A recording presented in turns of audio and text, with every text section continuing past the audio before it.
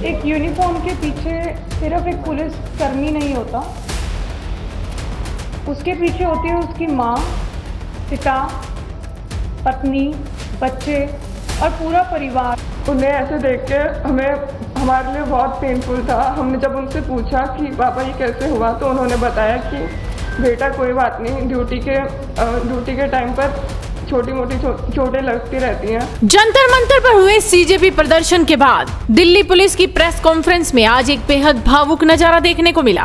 मंच पर सिर्फ आला अधिकारी ही नहीं बल्कि उन जवानों के परिवार भी मौजूद थे जो ऑन ड्यूटी हिंसा का शिकार हुए। दरअसल कांग्रेस जनता पार्टी के प्रदर्शन के दौरान 20 जुलाई में 250 से ज्यादा पुलिसकर्मी घायल हुए। पुलिस का साफ कहना है कि उनका मकसद सिर्फ संसद भवन की सुरक्षा और शहर में कानून व्यवस्था बनाए रखना था, इसीलिए वो आंसू गैस के गोले छोड़े गए, लाठीचार्ज हुई। लेकिन जिस तरह का व्यवहार कांग्रेस जनता पार्टी के प्रदर्शनकारियों ने किया वो वाकई हैरान करने वाला है। वहीं इस प्रेस कॉन्फ्रेंस में घायल जवानों की पत्नी और बच्चों ने अपना दर्द साझा करते हुए कहा कि पुलिसकर्मी सिर्फ वर्दी नहीं पहनते, उनके पीछे एक परिवार होता है जो हर दिन उनके सुरक्षित घर लौटने का इंतजार करता है।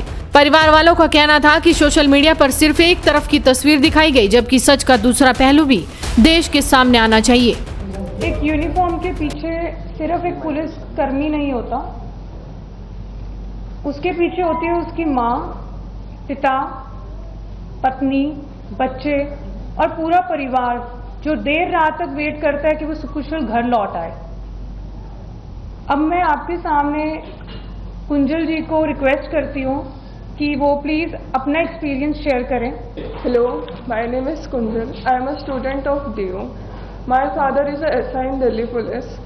मेरे बाबा पुलिस में आने से पहले मेरे फादर इंडियन नेवी में मैरीन कमांडो थे। उन्होंने इंडियन नेवी को अपने 15 साल दिए हैं।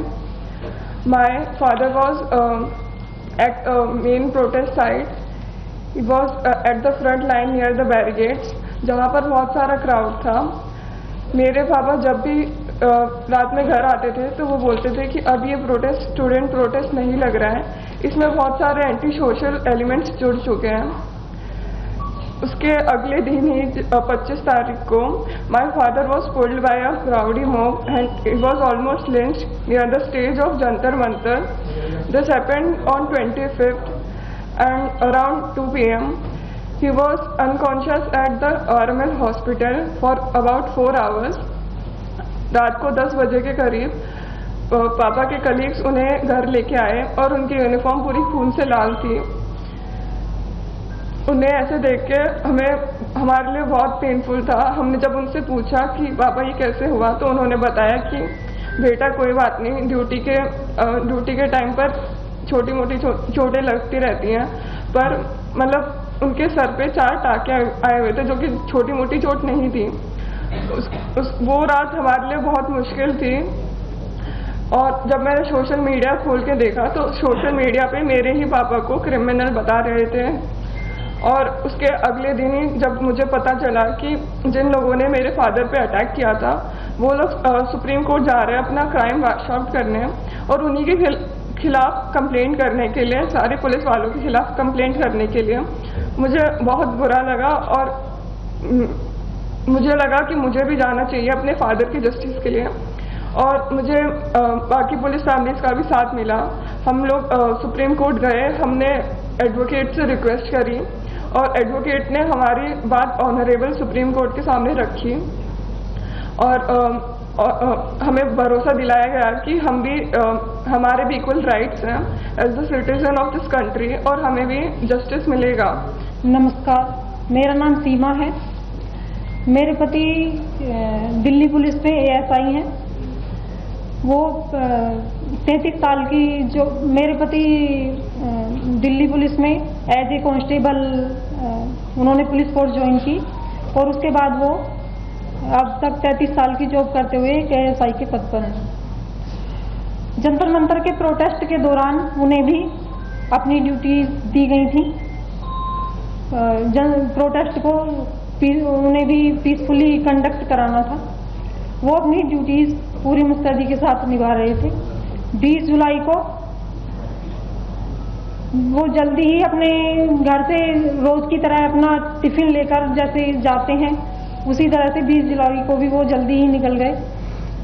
और उन्होंने जब 11 बजे के आसपास मेरी उनसे बातें हुई तो उन्होंने फ़ोन पर बताया कि आज जंतर मंतर पर भीड़ कुछ ज़्यादा है और प्रोटेस्टर जो हैं वो संसद मार्च के लिए जा रहे हैं, जो कि वीडियो क्लिप में भी दिखाया गया है। और उसके बाद मैंने पुलिसकर्मी की पत्नी होने के नाते सिर्फ यही कहा कि आप अपना ख्याल रखें। फिर उसके बाद मेरी उनसे कोई बात नहीं हुई। और शाम को 7 बजे जब मैंने उनका फ़ोन मिलाया और उनसे बात हुई तो वो एक हॉस्पिटल LNJP हॉस्पिटल में एडमिट थे और अपना ट्रीटमेंट करा रहे थे।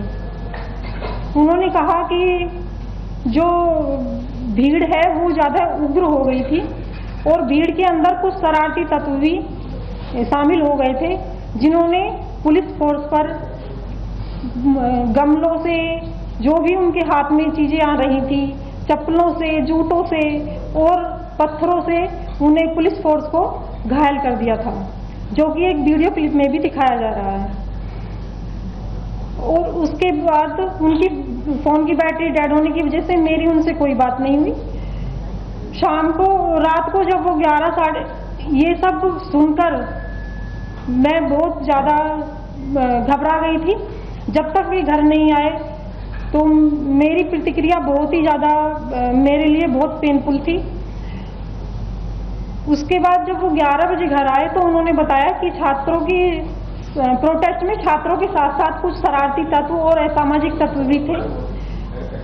उन्होंने पुलिस फोर्स पर जो पुलिस फोर्स ने संसद की सुरक्षा के लिए बैरिकेडिंग की गई थी उसको तोड़ दिया और पुलिस फोर्स पर चप्पलों, जूतों और पत्थरों से पुलिस फोर्स पर हमला किया। और मेरे पति को भी जो ड्यूटी के दौरान हेलमेट दिया जाता है, उनका हेलमेट भी पूरी तरह से टूट गया था।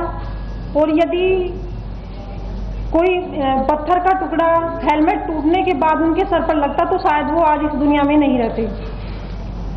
ये सोचकर और ये उनके बताए जाने पर मैं इतनी ज़्यादा मतलब मेरी रूह कांप गई थी कि इसके बाद मेरा और मेरे परिवार का क्या होता। मैं अपनी संसद में बैठे हुए जो मेरे चुने हुए प्रतिनिधि हैं, मैं उनसे निवेदन करना चाहती हूँ कि हमारे जो पुलिसकर्मी हैं और उनके जो परिवार हैं उनके बारे में भी संसद में कुछ मतलब उनके राइट के बारे में या उनकी ड्यूटी पे जो उन पर हमले होते हैं उनके बारे में संज्ञान लिया जाए। मेरे प्रतिनिधि इस चीज़ के लिए जो संसद में चुने हुए हैं वो संज्ञान लें और उनके मुद्दे भी उठाया जाए, क्योंकि 20 तारीख के बाद से आज तक यही नैरेटिव चलाया जा रहा है कि जो छात्र थे, जो छात्रों का प्रोटेस्ट था उसको कि पुलिस के द्वारा बर्बरता से छात्रों को पीटा गया, लेकिन ऐसा नहीं है। ये अलग एक प्रोटेस्ट का एक हिस्सा दिखाया जा रहा है, जबकि प्रोटेस्ट का दूसरा हिस्सा कुछ हो रही है। और मैं अपने चुने हुए प्रतिनिधियों से यही निवेदन करना चाहती हूँ कि वो अपने जो संसद की सुरक्षा में पुलिसकर्मी लगे रहते हैं और उस संसद की जो एक हमारे देश का सम्मान है, मेरे देश का सम्मान है, उसकी सुरक्षा में जो पुलिसकर्मी हर समय और देश की आंतरिक सुरक्षा में जो पुलिसकर्मी हर समय लगे रहते हैं, उनके बारे में भी संसद में कुछ मुद्दे उठाए जाएं। हेलो, मेरा नाम लक्ष्य सिंह बिष्ट है। मेरे पापा ACP है, जिन्होंने अपने पूरे करियर में 4 गारंटी हासिल करे हैं। मेरे ग्रैंडफादर BSF में थे, उन्होंने 1971 की जंग में लड़ाई करी थी। मेरे पापा भी जंतर मंतर के फ्रंट लाइन से उनकी ड्यूटी लगी थी प्रोटेस्ट में। And on 25 May at 2 PM मुझे पता चला कि मेरे फादर को उनके हेड पे इंजरी आ रखी है उनके फ्रेंड के थ्रू। जब मैंने फ़ोटो देखी तो उनके हेड को शेव कर रखा था और उनके हेड पे लाइक स्टिचेस लग रहे थे 4। उसको देख के I was like really frustrated and मैं बहुत डरा हुआ था। जब मेरे पापा घर आए तो उन्होंने मुझे बताया कि जो स्टूडेंट्स की जो प्रोटेस्ट, उसमें बस स्टूडेंट्स नहीं है, उसमें राउडीज, उसमें एग्रेसर्स हैं जो लाइक इस अपॉर्चुनिटी का यूज़ कर रहे हैं just to create chaos. And on 25 May unprovoked उन्होंने मेरे पापा और उनकी टीम के ऊपर पेल्टिंग स्टार्ट कर दी। उस टाइम मेरे पापा बिल्कुल भी प्रिपेयर नहीं थे, वो अपने सबऑर्डिनेट्स को ब्रीफ कर रहे थे। And when the pelting started, मेरे पापा अपने सीनियर ऑफिसर्स को लाइक एक सेफ प्लेस में सिक्यूर करने चले गए, बट एक स्टोन उनके हेड पे हिट कर गया एंड उनका सर फट गया और उन्हें इंजरी हो गई। मुझे ये बोलना था कि पुलिस वाले भी समाज का हिस्सा है। जिस पार्लियामेंट में लोग पॉलिटिशियंस और